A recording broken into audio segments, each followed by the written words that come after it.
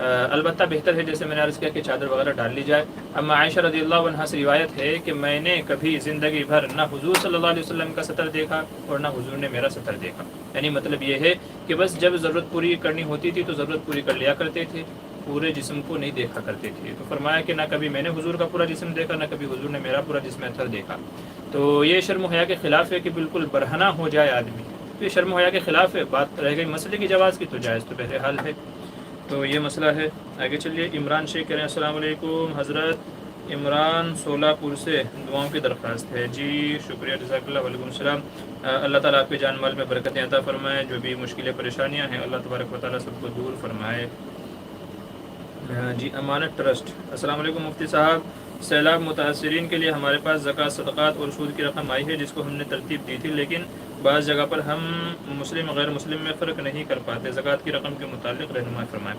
جی اچھا سوال ہے، کئی سارے لوگوں نے یہ سوال پوچھا ہے۔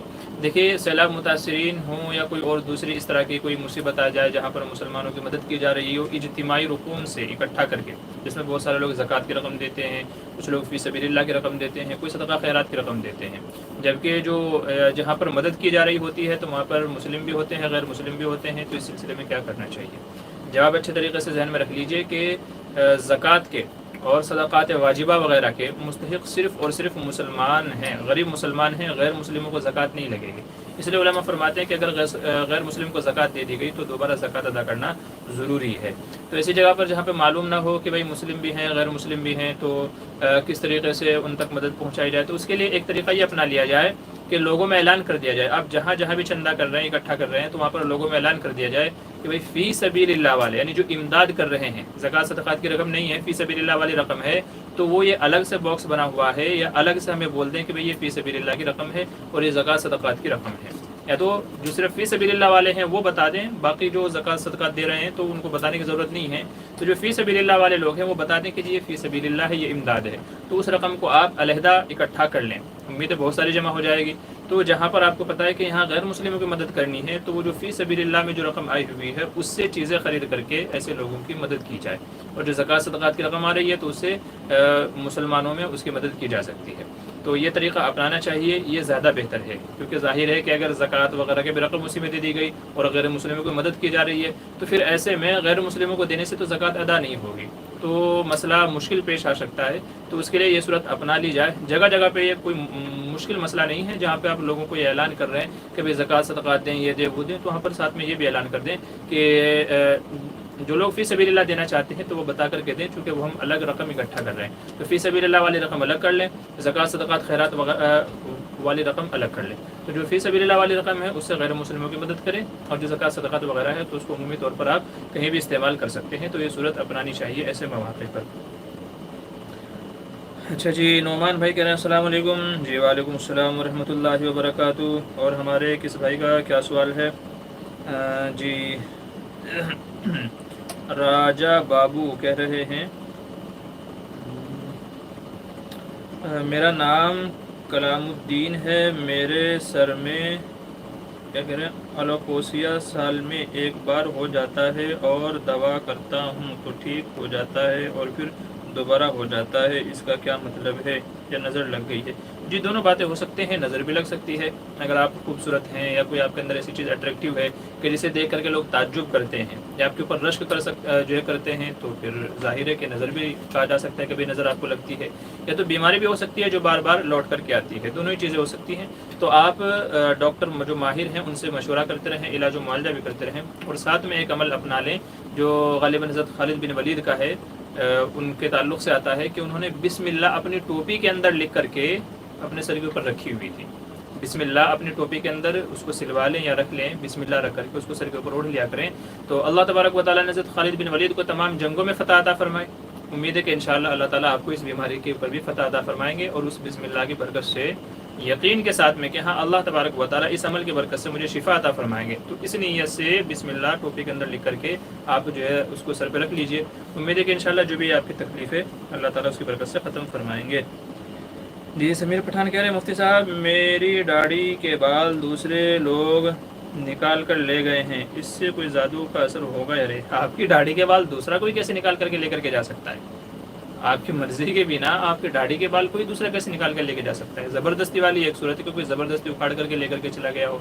تو بالوں پہ جادو ہوتا ہے، سر کے بال ہیں، داڑھی کے بال ہیں، ناخن وغیرہ ہیں، تو ان پہ جادو ہو سکتا ہے. تو اگر کوئی اس مقصد سے لے کر کے گیا ہے تو ہو سکتا ہے، یہ بھی ممکن ہے، پاسبل ہے.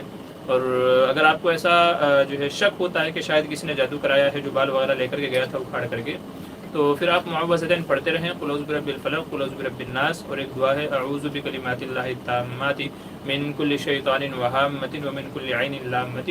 تو ان دعاؤں کا صبح و شام زیادہ سے زیادہ پڑھنے کا اہتمام کریں. امید ہے کہ اگر کسی نے کچھ اثر بھی کیا ہوگا تو اللہ تعالیٰ اس سے آپ کی حفاظت فرمائے گا.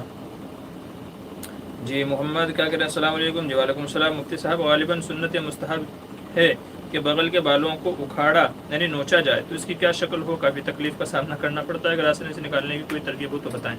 دیکھیے حدیث میں جو الفاظ ہیں نطف الابط کے معنی جو ہے الفاظ آئے ہوئے ہیں کہ بالوں کو نوچنا، اکھاڑنا. ظاہر ہے کہ ہمارے اندر تکلیف برداشت کرنے کا وہ مادہ نہیں ہے کہ ہم اس کو اکھاڑیں، تو اس لیے سنت اور مستحب پر عمل کرنے کے لیے اپنے آپ کو تکلیف نہ دیں.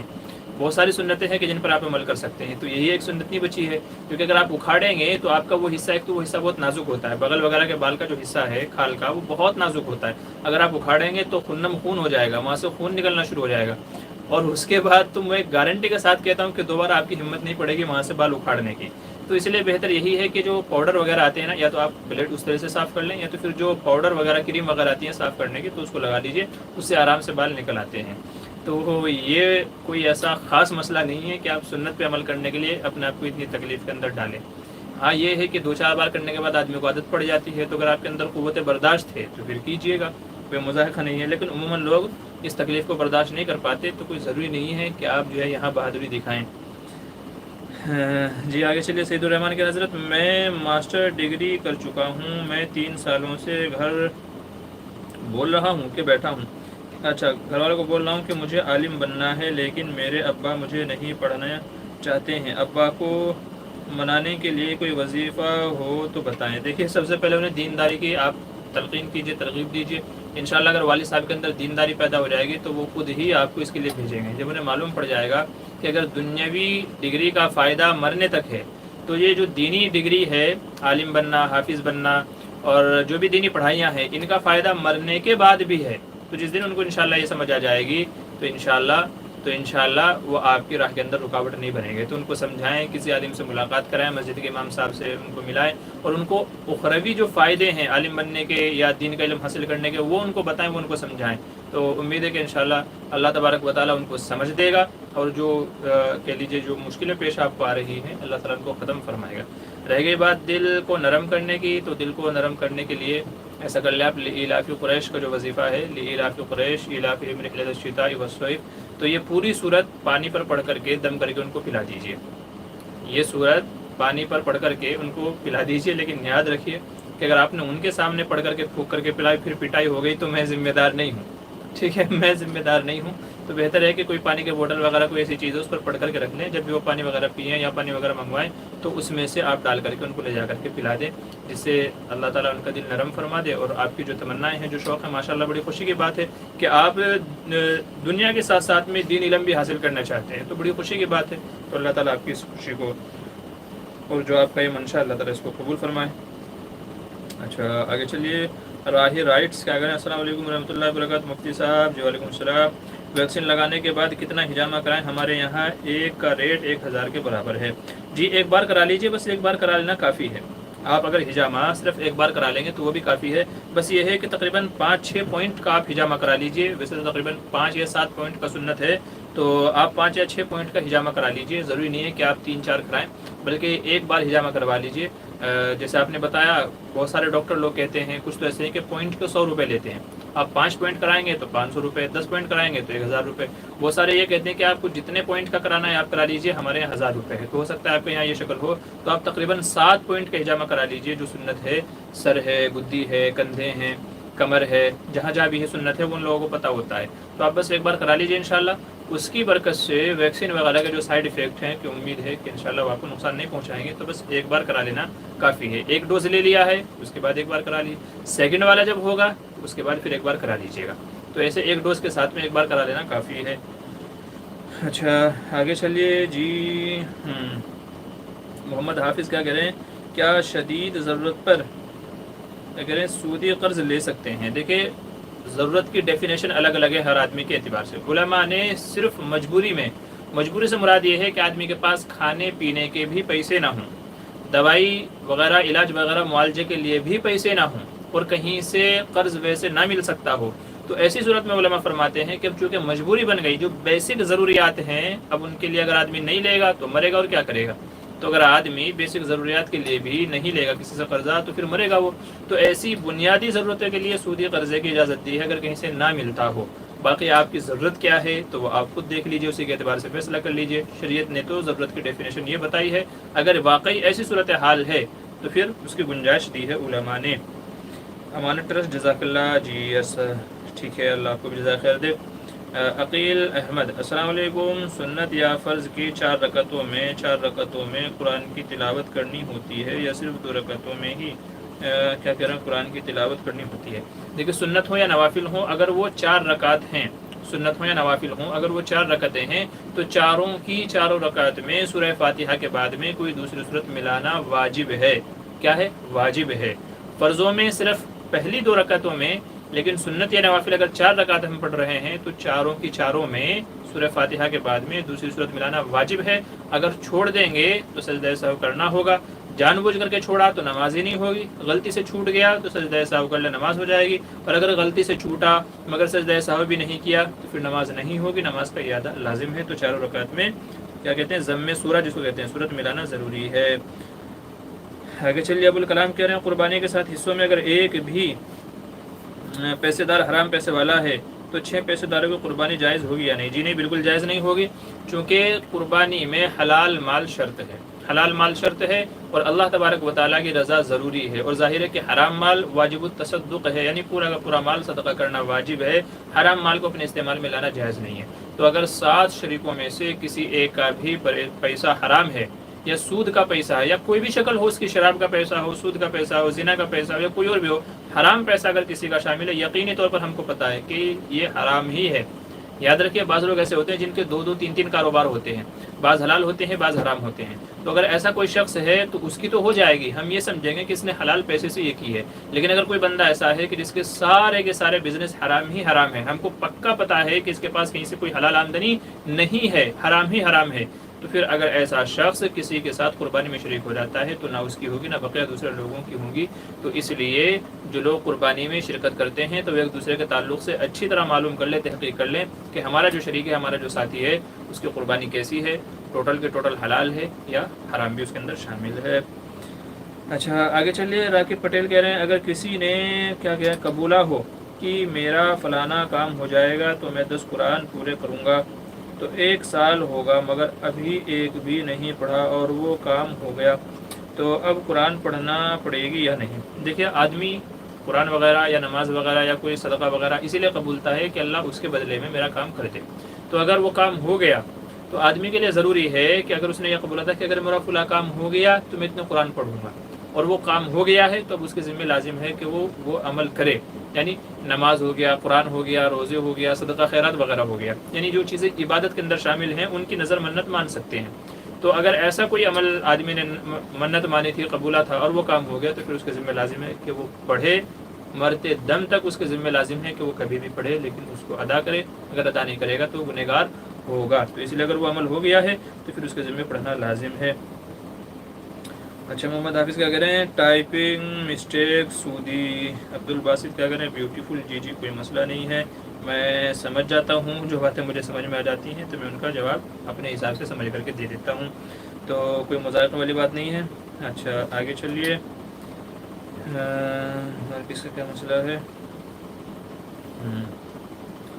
اچھا راہی رائٹس کا, ہمارے یہاں 1 پوائنٹ کا 1000 ہے. ارے واہ کیا بات ہے, خوب کما رہے پھر تو یہ لوگ. ہمارے یہاں ایسا نہیں ہے, ممبئی شہر میں یہاں پر 1 پوائنٹ کا 100 روپے, یا تو پھر یہ جو میں نے بتایا کہ آپ جتنے چائے کرائیں 1000 روپے آپ سے لیں گے. تو لگتا ہے آپ کے یہاں جو ہے ڈاکٹر نہیں بلکہ ڈاکٹروں کی شکل میں لوٹنے والے بیٹھے ہیں. محمد کیا کہہ رہے ہیں, مولانا ایپلیئر ایک کیا کہہ رہے ہیں مولانا, اچھا ایپیلیٹر ایک مشین ہے جو بالوں کو جڑ سے اکھاڑتا ہے, اس سے تکلیف تو ہوتی ہے لیکن آسانی سے نکل آتا ہے, تو اسے استعمال کرنا ٹھیک ہے یا نہیں؟ ساتھ ہی سپر چیٹ کا طریقہ بتا کر کے ممنون ہوں.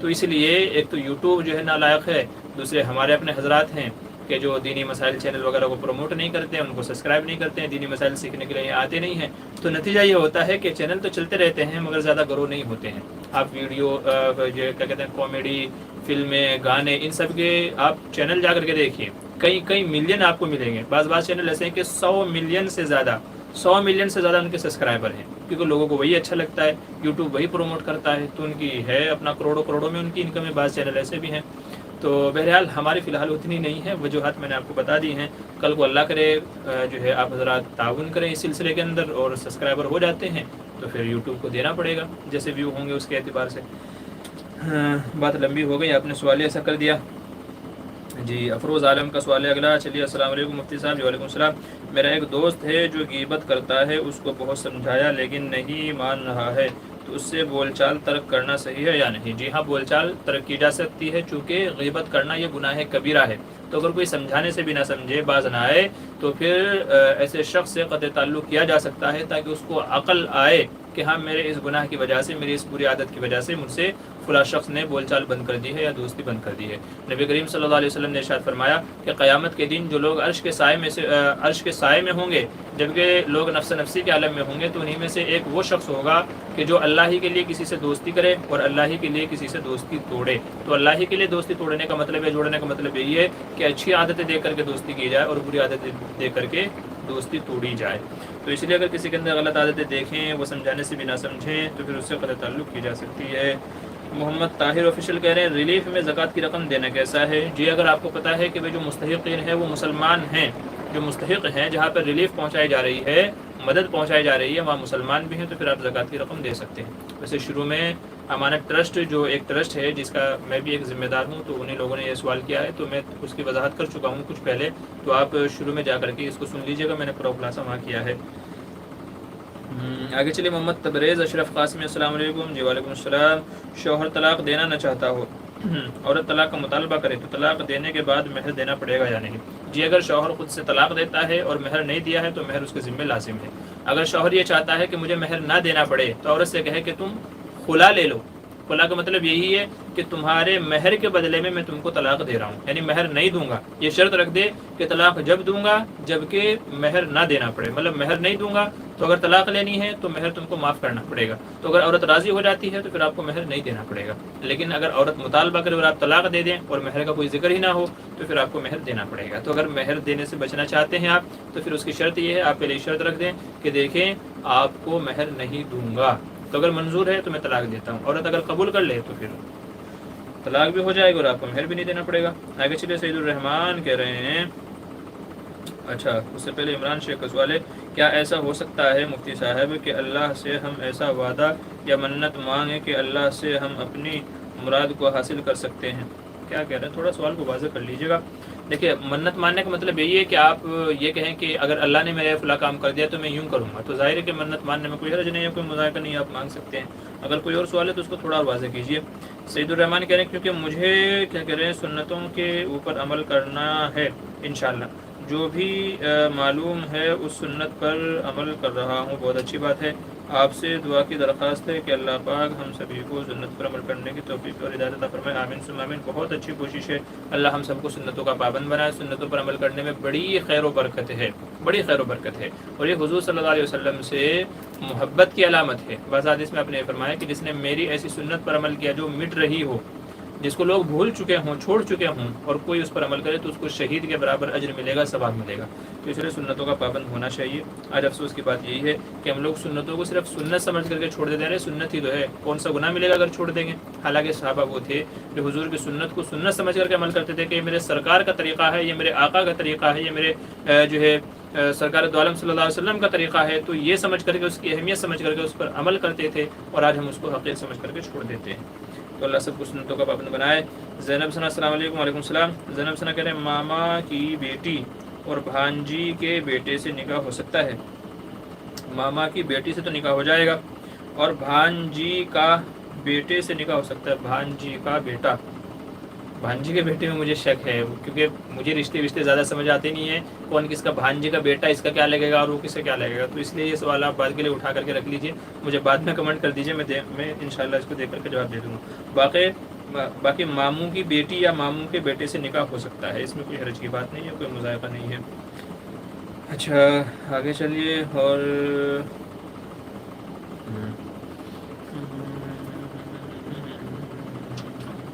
احمد تنبولی آپ کی دعا ہے، اچھا جی ٹھیک ہے شکریہ۔ کلیم ملک کہہ رہے ہیں السلام علیکم ورحمۃ اللہ وبرکاتہ، آپ کی شادی ہو گئی اور جہاں آپ لائیو چلا رہے ہیں یہ آپ کا گھر ہے؟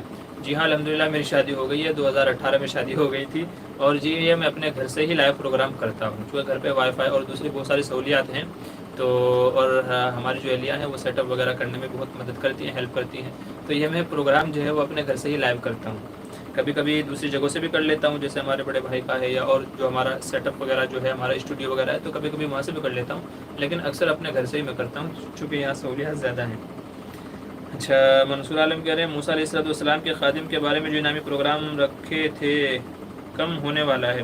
جی وہ جو انعامی ویڈیو ہے انشاءاللہ ہم نے وعدہ کیا تھا کہ 5000 ویو جیسے ہی اس پہ ہو جائیں گے، ہم انشاءاللہ انعام والا جو قرآن اندازی ہے وہ شروع کر دیں گے، تو ابھی تک 5000 ویو اس پہ ہوئے نہیں ہیں، اور بھی ایک دو ویڈیو انعامی ویڈیو ہیں جو تو آپ کیا کہتے ہیں ان کو اپلوڈ کرنے والے ہیں، تو ایک اعتبار سے یہ معلوماتی ویڈیو بھی ہیں، یعنی ہم کو معلوم بھی ہوگا، کیونکہ جب ہم کوئی سوال آتا ہے تو اس کی معلومات کے لیے ہم کتابوں میں جو ہے علم حاصل کرتے ہیں، کتابوں میں دیکھتے ہیں، گوگل پہ دیکھتے ہیں، بہت ساری جگہوں پہ دیکھتے ہیں، تو اس سے ہمارے علم میں بھی اضافہ ہوتا ہے، تو یہ اصل میں ایک شوقیہ یہ ہے کہ بھئی ہمیں علم حاصل کرنے کا شوق پیدا ہو جائے، جاننے کا، معلومات کا، اور خاص کر ہمارے انبیاء ہیں یا صحابہ ہیں یا جو ہمارے اکابر بزرگان دین ہیں تو ان کی زندگیوں کے بارے میں ہمیں پتہ لگے، تو اس وجہ سے یہ انعامی سوالات رکھے جاتے ہیں، تو یہ بھی اس کا ایک حصہ ہے۔ انشاءاللہ ایک اور ویڈیو بھی اپلوڈ کی جائے گی۔ یہ انعام تھا 100 روپے کا، کہ جو بھی صحیح جواب دے گا تو 5 افراد کو 100 روپے دیے جائیں گے۔ انشاءاللہ ایک اور ویڈیو اپلوڈ ہونے والی ہے جس میں ایک بندے کو 500 روپے کا انعام ملے گا، اور ایسے 5 افراد کو 500 روپے کا انعام ملے گا۔ وہ ویڈیو بھی آج کل میں انشاءاللہ اپلوڈ کرنے والا ہوں، تو بس آپ کو کمنٹ کر کے سوال کا جواب دینا ہے، اور پھر جیسے ہی جو ویوز جو ہم نے بتایا ہے 5000 ویو ہو جائیں گے تو انشاءاللہ قرآن اندازی کھول دی جائے گی کہ بھئی کس کس کا نام نکلا ہے، جس کا بھی نام نکلا ہوگا تو انشاءاللہ اس سے رابطہ کر کے وہ رقم اس تک پہنچا دی جائے گی، انعامی رقم ہے، ٹھیک ہے۔ اچھا آگے چلے، Gulzar Sheikh thank you for picking my comment and I so happy my اللہ بلیس یو، جی شکریہ جزاک اللہ خیر، thank you, welcome. Tayyab Khan السلام علیکم، طیب خان کیا کہہ رہے ہیں، کیا برابر کا پیسہ حلال ہے؟ باربر کا پیسہ، اچھا باربر کا پیسہ، دیکھیے جو باربر کہہ لیجئے صرف سر کے بال کاٹتا ہے، چونکہ داڑھی کے بال شیونگ کرانا یہ حرام ہے، تو جو صرف داڑھی کے بال کاٹتا ہے تو ظاہر ہے کہ اس کی تمام، جو صرف سر کے بال کاٹتا ہے تو اس کی تمام انکم حلال ہے، لیکن جو باربر حجام نائی جو حجام ایسا ہے کہ جو سر کے بال کے ساتھ ساتھ میں داڑھی کے بال بھی کاٹتا ہے، تب اس کی آمدنی مکس ہو گئی، حلال بھی ہو گئی حرام بھی ہو گئی، تو اب یوں ہی کہا جائے کہ اس کی حلال آمدنی بھی ہے تو حرام آمدنی بھی ہے، ٹھیک ہے، تو یہ مسئلہ ہے، تو بچنا چاہیے ان لوگوں کو اس سے۔ سعید الرحمان کہہ رہے ہیں ہمارے گاؤں میں ایک رواج ہے کہ اول برڈ کی آواز دینے سے گھر میں کوئی بری خبریں سننے کو ملتی ہیں، کیا صحیح ہے؟ جی الو کی آواز، ایسا نہیں ہے، بلکہ یہ پرانے زمانے کی لوگوں کی کہہ لیجیے جہالت والی باتیں ہیں، اغراۃ العوام میں سے کہ اگر الو کی آواز سن لے تو نحوست آتی ہے، ایسا نہیں، بلا الو بھی تو اللہ کی مخلوق ہے، الو بھی تو اللہ کی بنائی ہوئی ایک مخلوق ہے، اس کے اندر بے شمار حکمتیں ہیں، فائدے کی چیزیں ہیں، لوگوں کے لیے عبرت کی باتیں ہیں کہ ہم لوگ رات میں نہیں دیکھ سکتے مگر وہ رات میں دیکھتا ہے، تو یہ جو جانور بنایا گیا لوگوں کی نصیحت کے لیے، عبرت کے لیے بنایا گیا، نہ کہ لوگوں کو نقصان پہنچانے کے لیے، تو یہ لوگوں میں جہالت بھری ہوئی باتیں ہیں کہ الو کی آواز سنائی دے تو وہاں نحوست آتی ہے، غریبی آتی ہے، اور شاہین ایک پرندہ ہے، اگر وہ کسی کے گھر پہ بیٹھ جائے یا کسی کے سر کے اوپر سے گزر جائے اس کے اندر مالداری آتی ہے، وہ بادشاہ بن جاتا ہے، تو یہ سب جہالت والی باتیں ہیں، شریعت سے ان کا کوئی ثبوت نہیں ہے، تمام اللہ کی مخلوق ہیں، اللہ نے عبرت نصیحت کے لیے بنائی ہیں، تو نصیحت حاصل کرنا چاہیے نہ کہ جہالت والی باتیں، تو یہ جو باتیں ہیں سب کے سب غلط ہیں، شرعی اعتبار سے ان کا ثبوت نہیں ہے۔ ابو سعید انصاری کیا کہہ رہے ہیں مفتی صاحب شیطان سے کیسے بچا جائے؟ میں بہت پریشان ہوں، شیطان نے پاگل کر دیا ہے، ڈپریشن میں ہے۔ دیکھیے ایک اللہ والے نے پوچھا، جی اس سلسلے میں ایک بہت بہترین حکایت ہے کہ اگر تم کو شیطان پریشان کرنے لگے تو تم کیا کرو گے؟ تو انہوں نے بہت سارے جواب دیے، میں یہ وظیفہ پڑھوں گا، میں یہ وظیفہ پڑھوں گا، میں یوں کروں گا، وہ کروں گا۔ جب ان سے صحیح جواب نہ بن پڑا تو ان اللہ والے نے جواب دیا کہ اچھا یہ بتاؤ کہ شیطان کو قابو کرنے والا کون ہے؟ کہ جی اللہ۔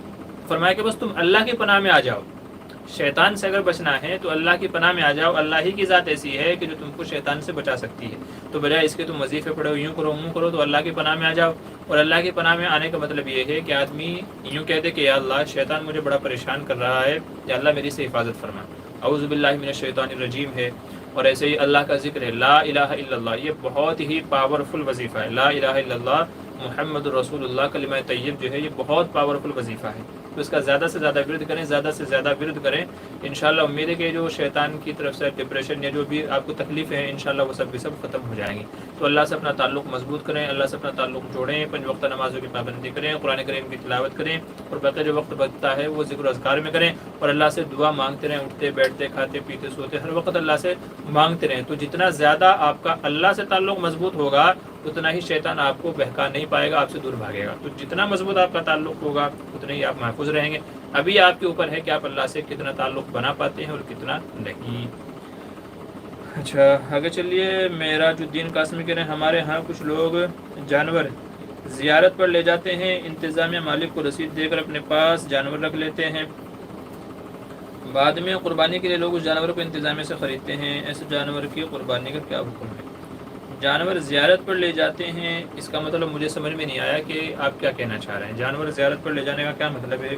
کس کی زیارت، کیسی زیارت، کہاں کی زیارت؟ تو مسئلہ جو ہے وہ تھوڑا سا اور واضح کر دیجئے تاکہ سمجھ کر کے مجھے جواب دینے میں آسانی ہو جائے۔ انتظامیہ مالک کو رسید دے کر اپنے پاس پتہ نہیں، دیکھیں اگر کوئی جانور کسی سے خرید لیا ہے، جو مالک تھا جانور کا اگر اس سے خرید لیا ہے پھر اس کی قربانی کی جائے تو کوئی مذائقہ نہیں ہے، تو پھر اس کو جو ہے قربان کیا جا سکتا ہے۔ اور اگر اس کے علاوہ کوئی اور شکل ہے، چونکہ آپ نے شکل واضح نہیں کی، مجھے صحیح سے آپ کی پوری شکل سمجھ میں نہیں آ رہی ہے تو اس لیے میں نہیں بتا پا رہا ہوں۔ اچھا یہ ہمارے بھائی ہیں محمد بھائی ہیں، انہوں نے 50 روپے سپر چیٹ کیے ہیں، ان کے حق میں دعا کریں کہ اللہ تعالیٰ ان کو جزائے خیر عطا فرمائے، جان مال میں برکتیں عطا فرمائے، اللہ تعالیٰ ان کی تمام پریشانیوں کو دور فرمائے، اللہ تعالیٰ مشکلات کو اور ہر قسم کی بلیات کو اور شرور و فتن سے ان کی حفاظت فرمائے۔ تو 50 روپے انہوں نے سپر چیٹ کیے ہیں، اللہ ان کے دینے کو قبول فرمائے۔ اچھا جی آگے چلیے، کلیم ملک کیا کریں؟ مفتی صاحب میں گروپ بنا رہا ہوں، اس میں آپ کو ایڈ کر دوں اگر آپ اجازت دیں، مسئلہ گروپ بنا رہا ہوں۔ دیکھیے بھائی میرے پاس پہلے سے ہی 50 گروپ ہیں، لوگ مجھے ایڈ کر کے رکھے ہوئے ہیں، 50 گروپ ہیں، میں ان میں ٹائم نہیں دے پاتا ہوں۔ تو بہت سارے لوگ کیا کرتے ہیں کہ 2-4 مفتیان کرام کا نمبر لیتے ہیں، گروپ بناتے ہیں اور ان کو اس میں ایڈ کر دیتے ہیں کہ جی بس گروپ بنانے کا ٹھیکہ ہم نے لیا ہے، جواب آپ دیتے رہیں۔ تو یہ طریقہ غلط ہے۔ اگر آپ کوئی گروپ کریٹ کر رہے ہیں، کوئی چیز بنا رہے ہیں تو اس کی ذمہ داری ساری آپ کے اوپر ہے، تو پہلے آپ کو ہینڈل کرنا آنا چاہیے۔ ظاہر ہے اگر ہمارے پاس وقت نہیں ہے تو اس کا سوالوں کا جواب کون دے گا؟ ایسے میں کیا ہوگا، جن کو آپ نے شامل کیا ہے وہ آہستہ آہستہ گروپ سے جاتے رہیں گے، یا تو مفتیان کرام سے بدظن ہو جائیں گے کہ یار میں سوال کرتا ہوں مگر مفتیان کرام جواب نہیں دیتے ہیں۔ تو اس لیے ایسا نہ کریں، اگر آپ کے اندر ہینڈل کرنے کی طاقت ہے کہ اگر وہ نہیں ہوں گے تو میں جواب دے دوں گا یا میں سنبھال لوں گا تو آپ گروپ بنائیے، لیکن صرف مفتیان کرام کے بھروسے پہ اگر آپ گروپ بنا رہے ہیں تو یہ طریقہ غلط ہے۔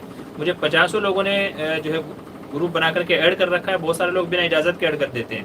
اب کسی میں وقت ملتا ہے جواب دے دیتا ہوں، کسی میں جو ہے وقت نہیں ملتا تو جواب نہیں دے پاتا ہوں۔ تو اس لیے صرف گروپ بنانا مقصد نہ ہو، بہت سارے مسئلے مسائل کے گروپ ایسے ہیں کہ جو پہلے سے بنے ہوئے ہیں، تو بجائے اس کے آپ نیا گروپ جو ہے بنائیں، لوگوں کو ان گروپوں میں شامل کر دیں، وہ زیادہ بہتر ہے۔ میرا اپنا گروپ ہے جس کو میں خاص کر میں خود ہینڈل کرتا ہوں، جو تقریباً پچھلے 5-6 سالوں سے چلا رہا ہے، 2014 سے، تو میرا اپنا گروپ ہے، اور کئی سارے ایسے گروپ ہیں جو مفید ہیں اور پہلے سے لوگوں میں شامل ہیں۔ تو بجائے اس کے آپ نیا گروپ بنائیں تو نئے لوگوں کو ان میں شامل کراتے جائیں، تو اس سے آپ بھی ذمہ داری سے بچ جائیں گے اور ان کے سوالوں کے جواب بھی ان کو ملتے رہیں گے۔ ٹھیک ہے، تو یہ طریقہ آپ اپنا لیا کریں۔ اچھا عاطف اسلم کہہ رہے ہیں السلام علیکم مفتی صاحب، کیا کریں سجدے میں اگر دونوں پیر زمین سے اٹھ جائیں تو نماز ادا ہوگی یا نہیں؟ جی علماء فرماتے ہیں کہ اگر دونوں پیر سجدے میں 3 تسبیح پڑھنے کے بقدر اٹھ جائیں، ایک انگلی بھی زمین پر نہ رکھی جائے، 3 تسبیح پڑھنے کے بقدر زمین سے اٹھے رہیں، تو کہتے ہیں کہ اس کی نماز فاسد ہو جائے گی، اس کی نماز نہیں ہوگی۔ ہاں اگر ایک آدھ انگلی زمین پر رکھی ہے، کسی بھی پیر کی ایک آدھ انگلی زمین پر رکھی ہے اور بقیہ پیر کا حصہ اٹھا ہوا ہے تو پھر نماز تو ہو جائے گی، لیکن ایسا عمل کرنا مکروہ ہے۔ اور بعض علماء یوں فرماتے ہیں کہ جیسے سجدے کی جو کیفیت ہے تقریباً 4 سیکنڈ کی ہے، سجدے کی جو کیفیت ہے 4 سیکنڈ کی ہے، مثال کے طور پہ سمجھ لیجئے، تو شروع میں زمین پر پیر تھے، سجدے میں پیر تھے، پھر اٹھا لیے اور اٹھنے سے پہلے پھر واپس زمین پر رکھ دیے، ٹھیک ہے، تو بعض علماء یہ کہتے ہیں کہ اگرچہ ایسا کرنا مکروہ ہے لیکن نماز ہو جائے گی، لیکن اس میں بہتر اور جو ہے راجح قول یہی ہے کہ اگر 3 تسبیح پڑھنے کے بقدر سجدے کی حالت میں دونوں پیر زمین پر اٹھے رہے، پیروں کا کوئی حصہ کوئی انگلی بھی زمین پر نہیں تھی، تو نماز فاسد ہو جائے گی۔ تو راجح قول یہی ہے، اسی کے اوپر عمل کیا جائے۔ کلیم ملک کہہ رہے ہیں آپ ابھی ممبئی میں ہیں یا اعظم پورہ میں؟ جی میں ابھی ممبئی میں ہوں، میں ممبئی میں ہی ہوں، گاؤں جاؤں گا انشاءاللہ، تو کچھ چیزیں ہیں جن کی آپ کو بھی زیارت کراؤں گا، آپ کو دکھاؤں گا میرا گاؤں، میرے کھیت، یا جو دوسری چیزیں ہیں، تو جاؤں گا تو انشاءاللہ آپ کو بھی دکھاؤں گا، دیکھے گا آپ کو بڑا مزہ آئے گا۔ افروز عالم کرے مفتی صاحب مسجد کی زمین خرید سکتے ہیں یا نہیں؟ لیکن مسجد کی جو زمین اگر کسی نے وقف کی ہے تو وہ ہمیشہ کے لیے مسجد ہو گئی ہے۔ اگر کسی نے مسجد بنانے کے لیے کوئی جگہ وقف کی ہے تو وہ ہمیشہ کے لیے مسجد ہو گئی ہے، اب اس کو بیچنا یا عدلنا بدلنا جائز نہیں ہے۔ تو مسجد کی اگر ایسی کوئی زمین ہے جو مسجد کے لیے وقف کی گئی ہے، آپ اس کو نہیں خرید سکتے ہیں، ٹھیک ہے۔ اگر کسی نے مصالح مسجد کے لیے وقف کی تھی، جیسے ہمارے گاؤں دیہات میں اس طرح کی زمینیں ہوتی ہیں جو مسجد کے نام پہ کر دی ہیں اور لوگ ان میں کھیتی باڑی کر رہے ہیں کہ بھئی اس کی جو فصل آئے گی وہ مسجد میں لگا دیں گے، تو اگر اس طرح کی کوئی زمین ہے، اس طرح کی کوئی زمین ہے، تو جس نے وقف کی ہے اگر وہ زندہ ہے تو پہلے اس کی اجازت ضروری ہے، نہیں تو ایسی زمین کو بھی، چونکہ وہ مصالح مسجد کے لیے وقف کی گئی تھی، تو ایسی زمینوں کو بھی خریدنا درست نہیں ہے۔ یہ مسئلہ ہے کہ چلیے عمران شیخ کیا کہہ رہے ہیں، کہنے کا مطلب یہ تھا مفتی صاحب کہ اللہ سے میں اپنے مسئلے کے لیے منت مانگ سکتا ہوں، اور یہ کیسے کیا جا سکتا ہے؟ جیسے کہ آپ نے کہا کہ 10 قرآن پڑھنے کی بات ہوئی تھی، اس پہ میں نے یہ سوال کیا۔ مانگ سکتے ہیں بھائی، آپ دل میں نیت کر لیں کہ اللہ اگر میرا فلاں کام ہو گیا تو میں 10 روزے رکھوں گا، یا اللہ اگر میرا فلاں کام ہو گیا تو میں 50 رکعت نفل پڑھوں گا، یا اللہ اگر میرا کام ہو گیا تو میں 10 قرآن پڑھوں گا۔ تو بس یہ کرنا ہی آپ کا منت کرنا کہلاتا ہے، اور یہ منت منعقد ہو جاتی ہے، معتبر ہو جاتی ہے۔ اگر آپ کا کام ہو گیا تو آپ کو وہ عمل کرنا ہے، اور اگر آپ کو کام نہیں ہوا تو پھر وہ کام آپ کو نہیں کرنا ہے، ٹھیک ہے۔ بس یہ طریقہ ہے، سمپل سا ہے۔ جی عارف ڈونگرے السلام علیکم ورحمۃ اللہ وبرکاتہ، کیا کر رہے ہیں؟ سیل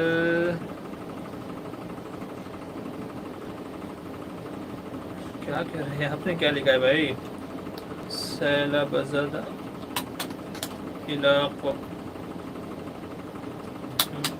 کیا کہہ رہے ہیں؟ میں نے دور نہیں کچھ بھائی اردو میں لکھیں، اگر آپ نے قرآن کوئی آیت لکھی ہے نا تو برائے کرم اس کو اردو میں لکھنے کی کوشش کیجیے، کیونکہ انگلش میں پڑھنا بہت ڈیفیکلٹ ہوتا ہے۔ آپ نے کیا لکھا ہے تو اس لیے آپ سے معذرت چاہتا ہوں عارف بھائی، آپ نے کیا لکھا ہے میں نہیں سمجھ پا رہا ہوں۔ آصف خطری کہہ رہے ہیں اب مفتی صاحب آپ کہاں سے ہو؟ جی میرا تعلق ویسے تو سہارنپور سے ہے، لیکن میں فی الحال رہتا ممبئی میں ہوں۔ سعید الرحمان جزاک اللہ، اوکے جی۔ یونیک کیا کہہ رہے ہیں جماعت میں جو لوگ جاتے ہیں 72 کلومیٹر سے دور، وہاں ان کا رہنا کوئی طے نہیں ہوتا؟ جی تو ایسے حضرات کے لیے یہ ہے کہ اگر کہیں پر وہ یعنی کسی علاقے میں، ایک مسجد میں نہیں بلکہ اگر شہر ہے تو اگر کسی شہر یا اس کے اطراف میں ہی ان کو 15 دن یا اس سے زیادہ رہنا ہے تو پھر وہ لوگ پوری پڑھیں گے، اور اگر کہیں پہ بھی وہ 15 دن رہنے کی نیت نہیں ہے، یعنی 10 دن یہاں ہے، 10 دن کسی دوسرے شہر میں ہے، پھر 10 دن کہیں اور میں ہے، تو پھر ایسی صورت میں وہ مسافر سمجھے جائیں گے اور ان کے ذمے نماز قصر کرنا لازم ہوگا۔ اور اگر ان کو پتہ ہی نہیں ہے کہ ہمیں یہاں کتنے دن ٹھہرنا ہے کتنے دن نہیں ٹھہرنا ہے، تو پھر چونکہ اس سے ان کی کوئی نیت نہیں پائی گئی، تو جب تک کہ نیت نہیں ہوگی تو وہ مسافر ہی شمار ہوں گے اور ان کے ذمے نماز قصر کرنا ہی لازم ہوگا۔ اچھا گلزار شیخ کہہ رہے ہیں مطالعے کا صحیح وقت کون سا ہے؟ جی مطالعے کا صحیح وقت یا تو رات کا وقت ہے، تنہائی کا وقت، چونکہ رات کی تنہائی میں ڈسٹربن کم ہوتا ہے، یعنی چیزیں آپ کو، آوازیں، بہت ساری چیزیں ہیں کہ جو آپ کے ذہن کو ڈسٹرب نہیں کرتی ہیں، پریشان نہیں کرتی ہیں، خلجان پیدا نہیں ہوتا ہے، تو یا تو رات کا وقت ہے، یا تو پھر عصر کے بعد کا وقت ہے، اور یا تو فجر کے بعد کا وقت ہے۔ تو یہ 3 وقت ایسے ہیں جو سکون کے ہوتے ہیں، چیزیں پرسکون ہوتی ہیں، ماحول پرسکون ہوتا ہے، تو ایسے میں جب کسی چیز کا مطالعہ کیا جائے تو امید ہے کہ انشاءاللہ بات ذہن میں جلدی بیٹھے گی۔ تو یہ 3 وقت ہیں، آپ جو چاہیں، آپ کے لیے جو مناسب ہو وہ وقت کیا جا سکتا ہے، آپ تجویز کر سکتے ہیں۔ آگے چلیے احمد حسین السلام علیکم ورحمۃ اللہ وبرکاتہ، مفتی صاحب سر میں درد ہے دعا کر دیں اور کوئی وظیفہ ہو تو بتا دیں۔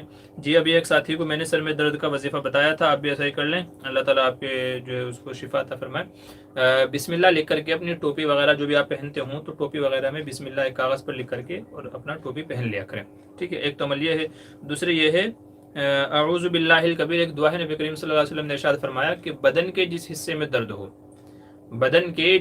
درد ہو تو اس حصے پر ہاتھ رکھ کر کے یا انگلی رکھ کر کے یہ دعا پڑھ لی جائے تو امید ہے کہ انشاءاللہ درد جاتا رہے گا۔ دعا یہ ہے، اچھے سے سن لیجئے، بسم اللہ الکبیر اعوذ باللہ العظیم من شر کل عرق النعار ومن شر حر النار، یہ دعا ہے۔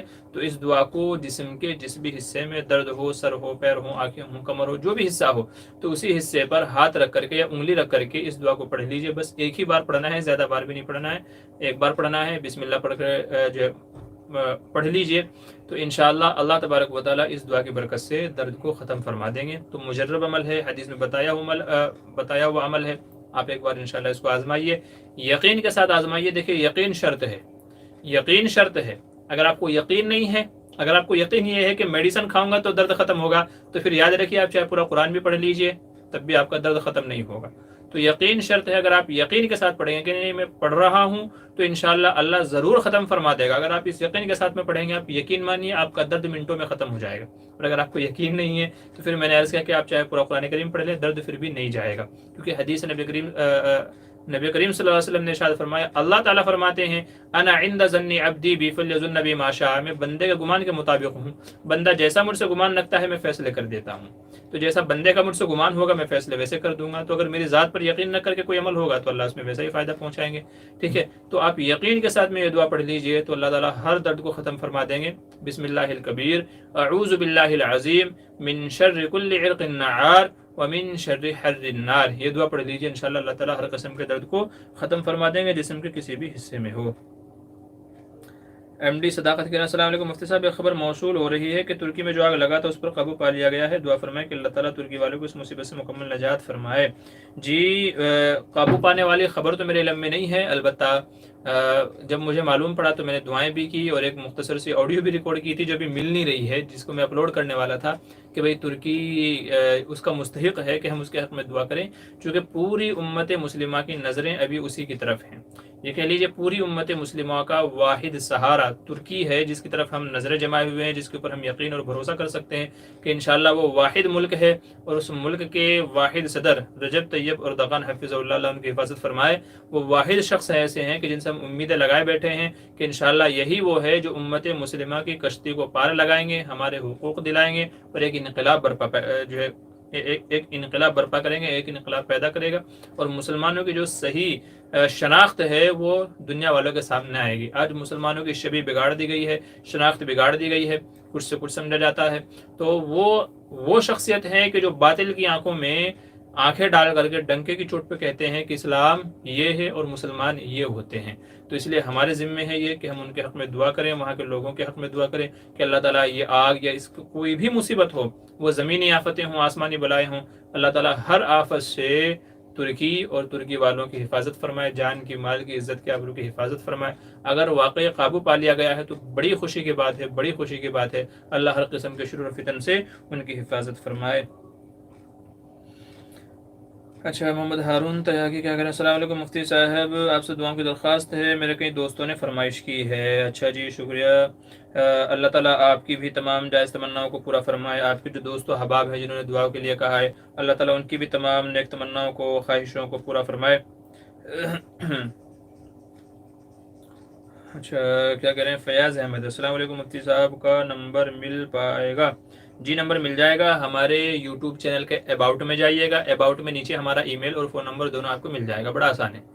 چینل کے اباؤٹ میں جائیں، اباؤٹ میں نیچے جہاں بہت ساری باتیں لکھی ہوئی ہیں کہ میرا پورا بایو ڈاٹا لکھا ہوا ہے، کہاں سے فارغ ہوں، میں نے کب پڑھا، کہاں سے ڈگری کی، بہت ساری چیزیں وہاں لکھی ہوئی ہیں، تو نیچے آپ کو ای میل فون نمبر مل جائے گا، تو وہاں سے نمبر لے لیجیے گا۔ اچھا اور کیا ہے، ایم سلیمان فلاحی مظاہری گجراتی، ساری کئی سارے لقب لگائے ہوئے ہیں، فلاحی بھی ہیں، مظاہری بھی ہیں، گجراتی بھی ہیں، کوئی ایک آدھ اور بچا تھا تو وہ بھی لگا لیتے، میرا الازرا ہے، مذاق کہہ رہا ہوں بھائی۔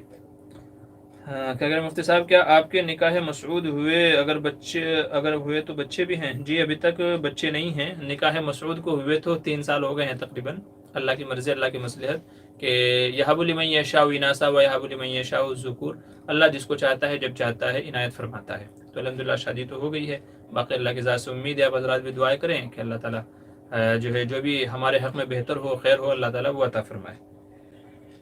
ایم ایس حسین جزاک اللہ، اچھا جی ٹھیک ہے جی۔ روح الامین قاسمی، ایصال ثواب کے لیے صدقہ کرنے والے کو کیا ملے گا؟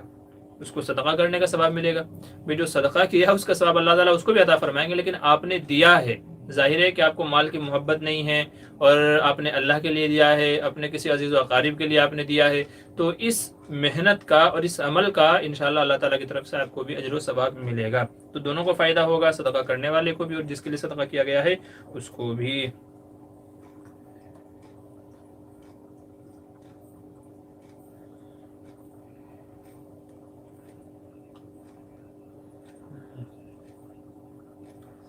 جی محمد نعیم السلام علیکم۔ وعلیکم السلام۔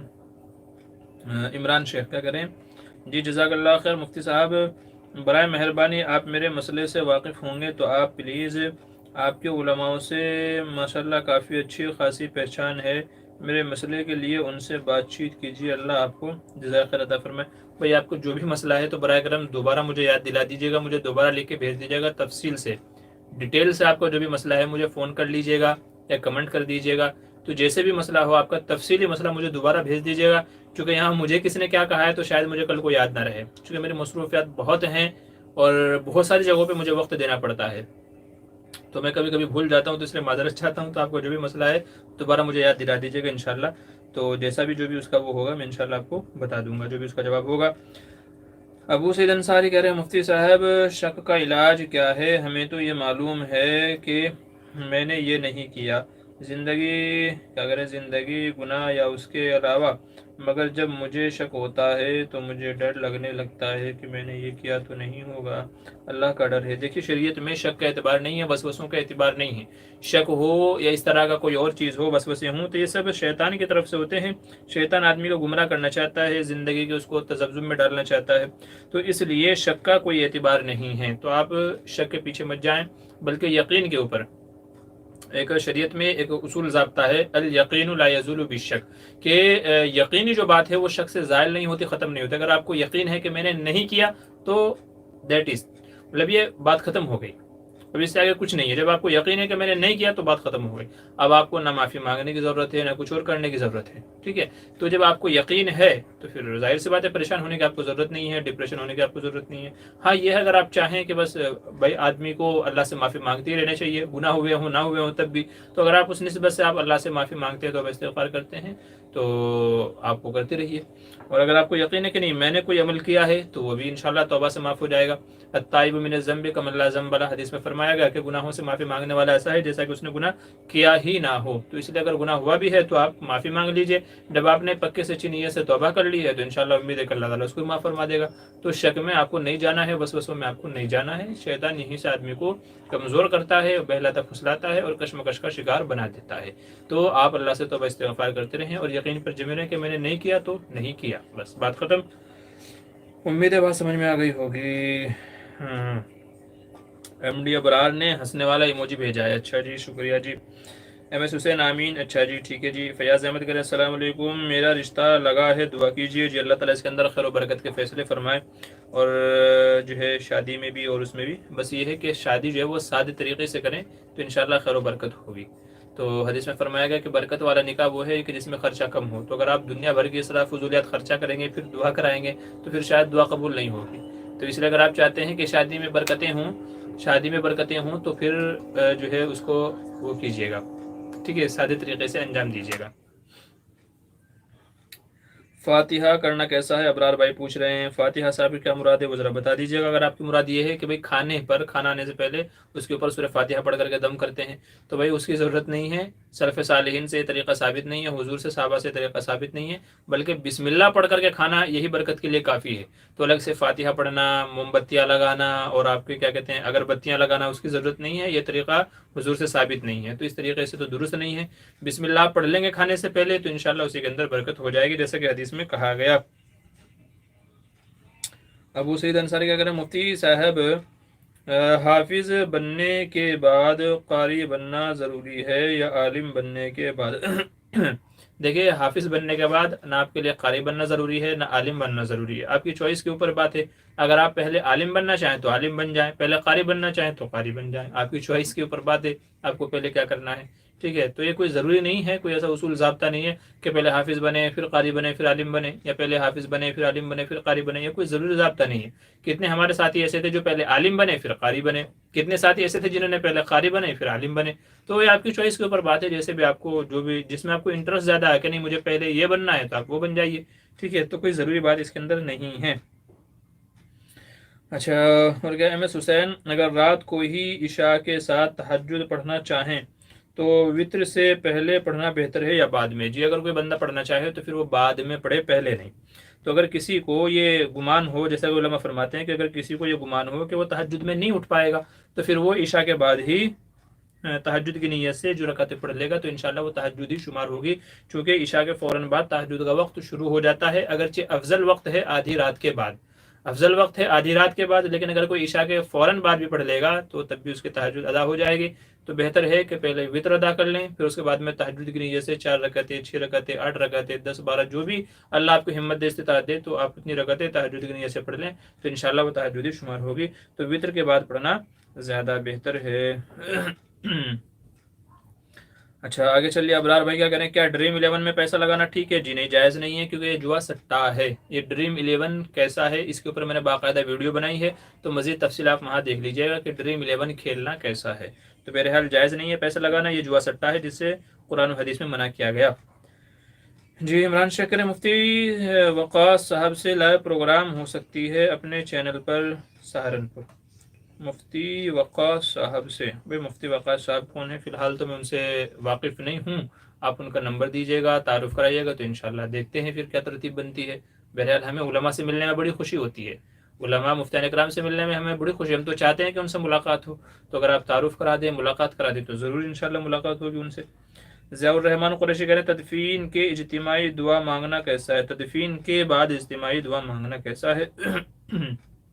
جی مانگی جا سکتی ہے، تدفین کے بعد اجتماعی دعا بھی مانگی جا سکتی ہے، لیکن بہتر یہ ہے کہ انفرادی دعا کی جائے، جس کے من میں جو جس طریقے سے دعا کرنا چاہے وہ اس طریقے سے دعا کر لے، یہ زیادہ بہتر ہے، اگرچہ گنجائش اجتماعی دعا کی بھی ہے، لیکن ہاتھ اٹھا کر کے نہ دعا مانگیں تو بہتر ہے، کیونکہ کہیں ایسا نہ ہو کہ سامنے والا کوئی دوسرا یہ نہ سمجھے کہ یہ صاحب قبر سے مانگ رہا ہے۔ جب ہاتھ اٹھا کر کے ایسے مانگیں گے ہاتھ اٹھا کر کے تو ہو سکتا ہے کوئی بندہ یہ سمجھے کہ یہ صاحب قبر سے مانگ رہا ہے، تو اس لیے قبرستان میں بنا ہاتھ اٹھائے دعا مانگے، انفرادی دعا مانگے، یہ زیادہ بہتر ہے۔ چلیے آگے چلیے۔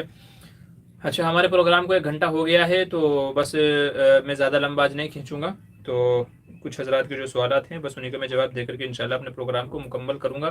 تو آپ حضرات سے گزارش ہے کہ اور حضرات سوال نہ کریں، بقیہ جن کے سوال رہ گئے ہوں تو وہ اگلے ہفتے انشاءاللہ اپنے سوالات کو حل کر لیجیے گا، ٹھیک ہے۔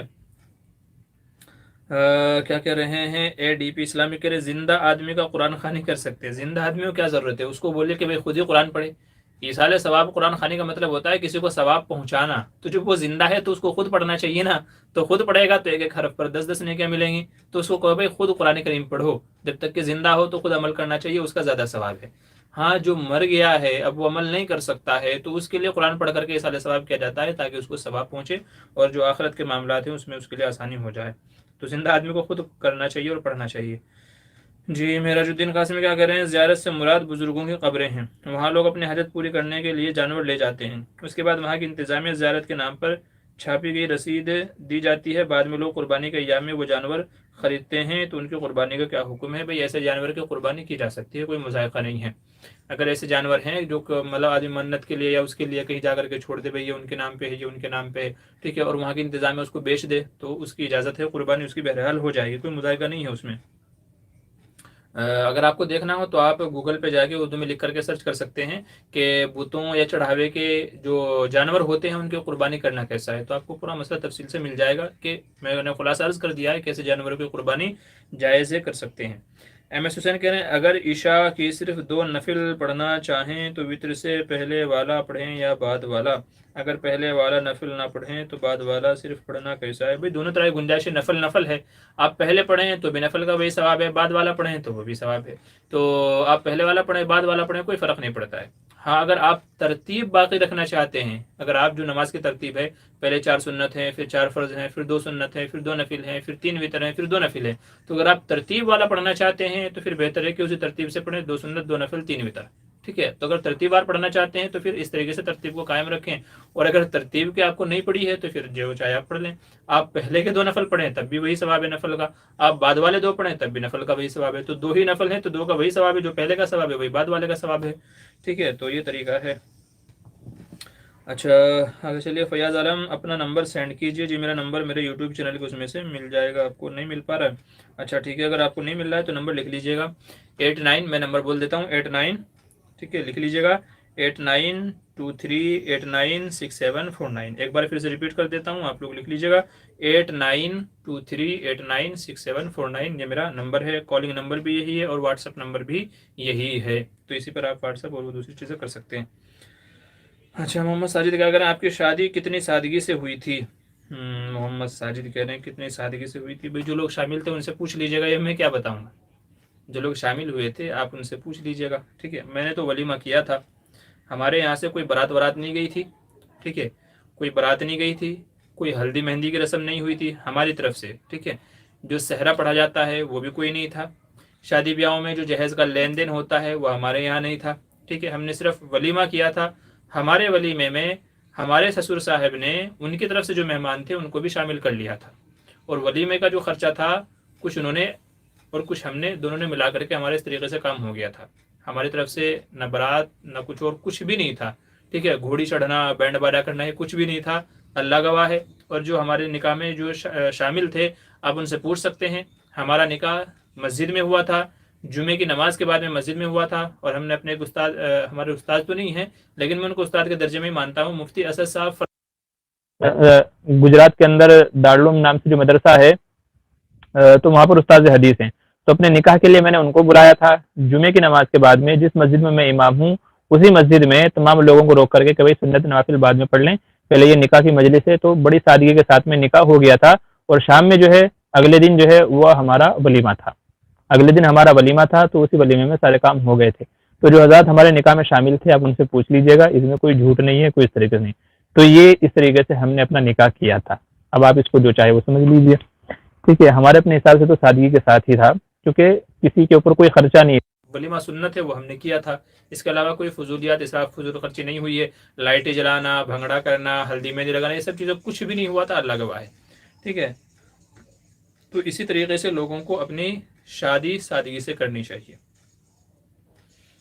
اچھا احمد حسین کہہ رہے ہیں مجھے قرآن کی تجوید کو بہتر کرنا ہے, کہاں سے کیا جائے, کہیں آن لائن آپ کی نظر میں؟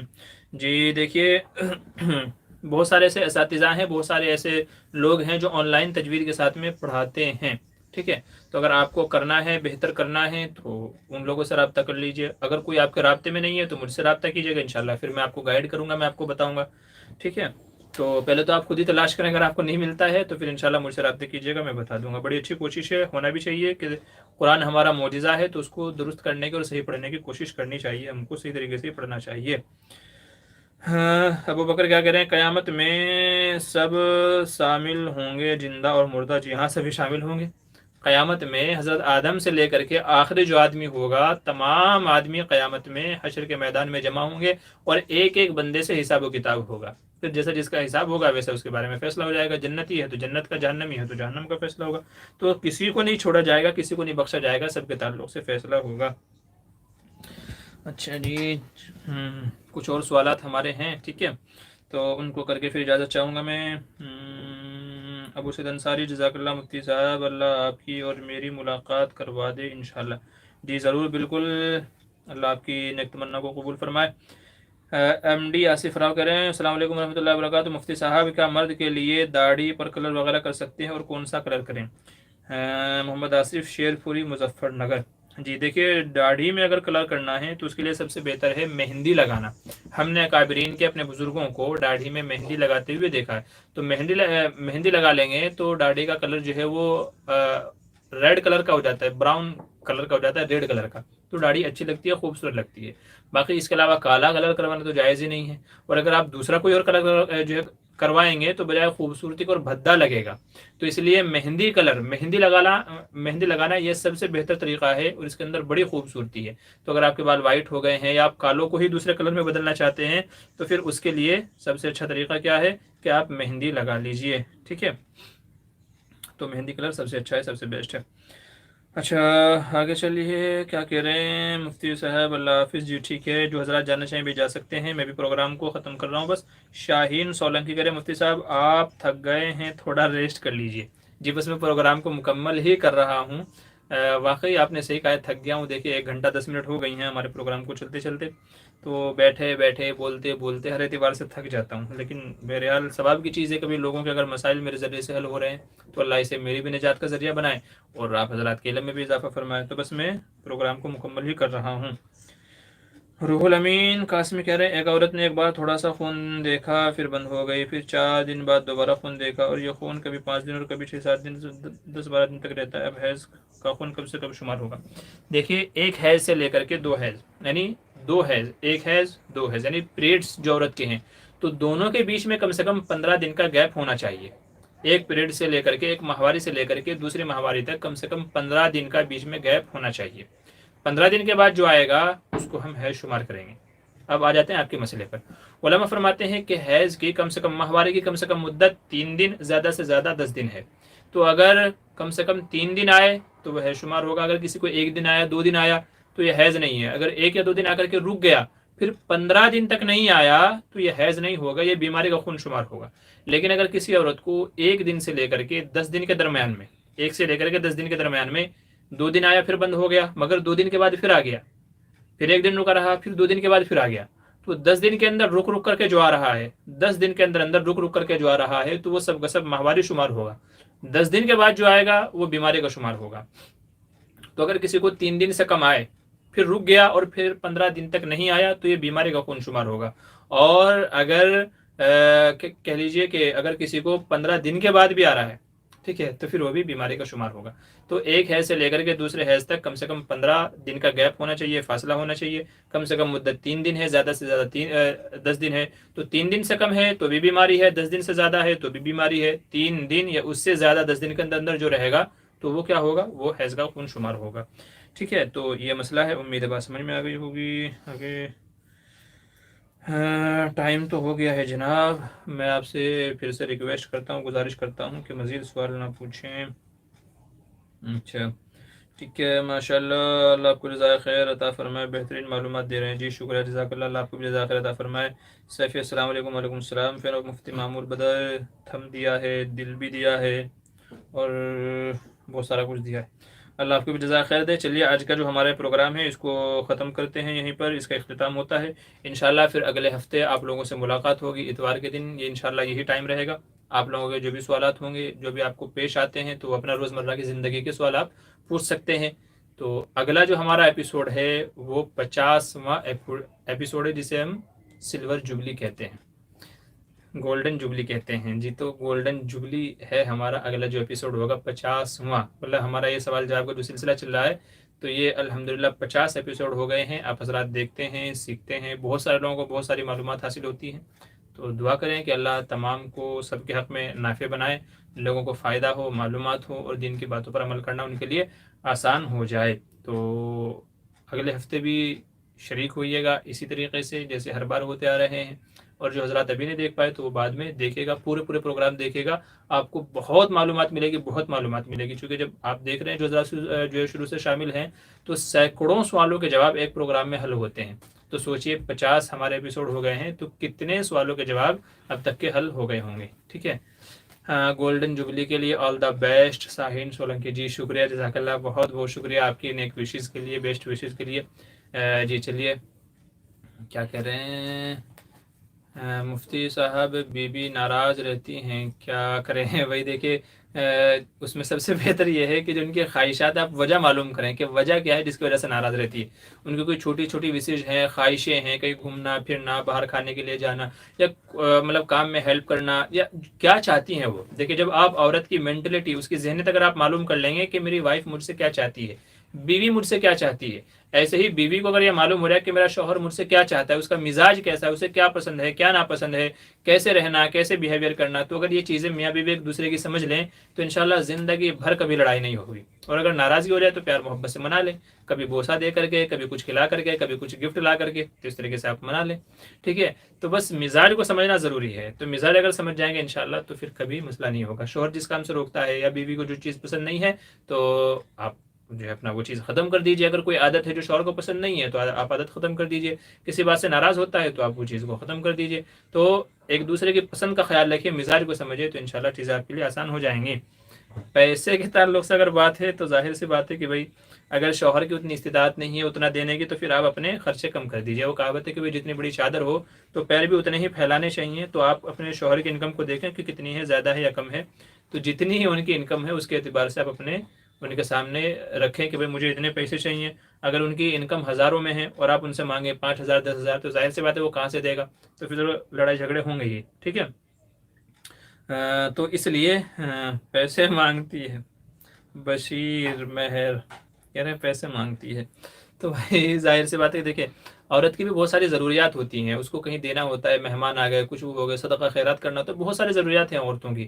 تو اس لیے کچھ نہ کچھ پیسہ ان کے ہاتھ میں دینا چاہیے. 500 1000 جو بھی اللہ نے آپ کو استطاعت دی ہے تو اپنی حیثیت اور اپنی استطاعت کے اعتبار سے کچھ نہ کچھ رقم ان کے ہاتھ میں دینی چاہیے تاکہ بار بار ان کو مانگنا نہ پڑے. چونکہ اگر عورت بار بار آپ سے مانگتی ہے تو یہ بھی اس کے لیے ایک شرمندگی کی چیز ہے. مثال کے طور پہ مہمان گھر میں آ گئے، اب وہ آپ سے پیسے مانگے، جی پیسے دیجیے گا مجھے کچھ سامان باہر سے لانا ہے، یا آپ باہر سے سامان لے کر کے آ جائیں.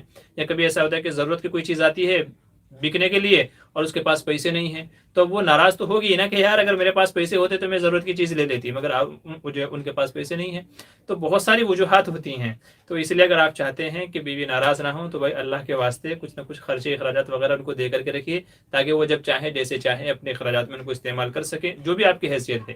اور آپ کی بیوی کو بھی چاہیے کہ وہ آپ کی انکم اور سیلری کو دھیان میں رکھتے ہوئے اسی اعتبار سے مطالبہ کرے، اس سے زیادہ کا مطالبہ نہ کرے. نہیں تو پھر بات وہی ہے کہ شوہر کی استطاعت نہیں ہے، بیوی مانگتی ہے، تو لڑائی جھگڑے تو ہوں گے ہی. تو اس لیے شوہر کو بھی خیال رکھنا چاہیے، بیوی کو بھی خیال رکھنا چاہیے. ایک دوسرے کا مزاج سمجھ جائیں گے تو انشاءاللہ کیا ہو جائے گا، مسئلہ آسان ہو جائے گا. اچھا، چلیے بس اگرچہ ایک آدھ لوگوں کا اور سوال آیا ہے لیکن میں اس کو حل نہیں کروں گا. انشاءاللہ کافی وقت ہو گیا ہے. جو بھی کسی کا سوال ہوگا تو براہ کرم وہ یا تو اگلے ہفتے اس میں پوچھ لیجیے گا یا تو پھر مجھے کمنٹ کر کے چھوڑ دیجیے گا ویڈیو میں. انشاءاللہ میں اس کو دیکھ کر کے اس کا جواب دے دوں گا. اکرم بھائی کا سوال ہے تو میں آپ سے بھی معذرت چاہتا ہوں. ٹھیک ہے، انشاءاللہ ویڈیو کا کمنٹ میں آپ کا جواب دے دوں گا. آپ مجھے کمنٹ میں اپنا سوال جو ہے چھوڑ دیجیے گا. تو چلیے آپ حضرات سے اجازت چاہتا ہوں. ملاقات ہوگی اگلے ہفتے انشاءاللہ پھر اسی وقت میں اس دعاؤں کے ساتھ میں کہ اللہ ہم سب کو خیر و عافیت سے رکھے، اچھائی کے ساتھ رکھے، تمام بیماریوں سے بلاؤں سے حفاظت فرمائے، ہر قسم کے شرور و فتن سے حفاظت فرمائے. سب کو اللہ تعالیٰ اچھی صلاحیت سے نوازے اور اللہ تعالیٰ سب کے جان مال میں خیر و برکت عطا فرمائے. تو انشاءاللہ پھر ملیں گے اگلے ہفتے. السلام علیکم ورحمۃ اللہ وبرکاتہ.